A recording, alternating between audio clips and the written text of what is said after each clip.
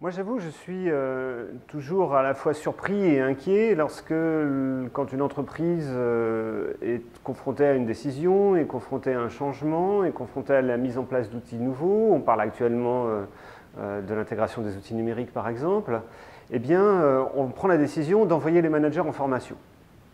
Alors, il y a des formations techniques, si on parle des nouvelles technologies, mais envoyer systématiquement et régulièrement des managers en formation de management, je ne suis pas sûr que ça apporte leur capacité à évoluer dans leur pratique. Je m'explique. Ça fait des années, ça fait près de 50 ans qu'on voit se succéder les ouvrages sur les techniques et pratiques de management, avec du management participatif, du management délégatif, du management situationnel, du management d'écoute interactive. Et pour autant, on se rend compte qu'on est toujours obligé d'en faire autant, des formations de ce type. On lit exactement la même chose dans la presse spécialisée, hebdomadaire, quotidienne. On voit aujourd'hui se succéder les articles sur les réseaux sociaux. C'est même affolant le flux d'informations qu'on voit passer de cet ordre, où au final, on s'appuie à nouveau sur les mêmes théories, même si évidemment elles évoluent. Et aujourd'hui, on parlera de servant leadership et on parlera également d'entreprises agiles. Ce sont des organisations qui correspondent à des progrès, en effet, sauf que suffit-il d'envoyer le manager en formation pour qu'il soit compétent?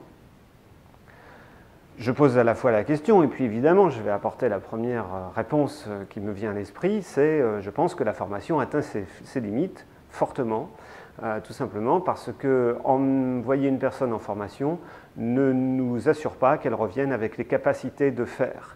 Les capacités d'un manager sont déjà des capacités dans sa personnalité, sont des capacités dans son comportement, sont des prises de posture, et donc là on est sur de la pratique. On n'est pas sur des choses qui s'apprennent et qui s'appellent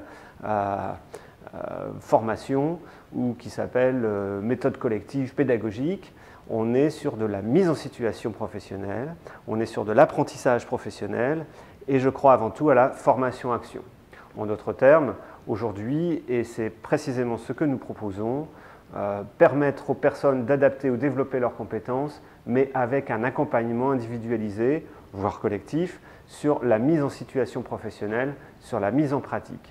Je ne connais que trop des managers qui sont allés en formation, qui reviennent face à leur équipe, sortent un paperboard et leur expliquent qu'ils ont appris un nouveau processus de management, que ça va être génial, révolutionnaire, que l'équipe se sentira mieux, se portera mieux, que les résultats seront meilleurs, tout simplement parce qu'on va adopter une nouvelle façon de travailler.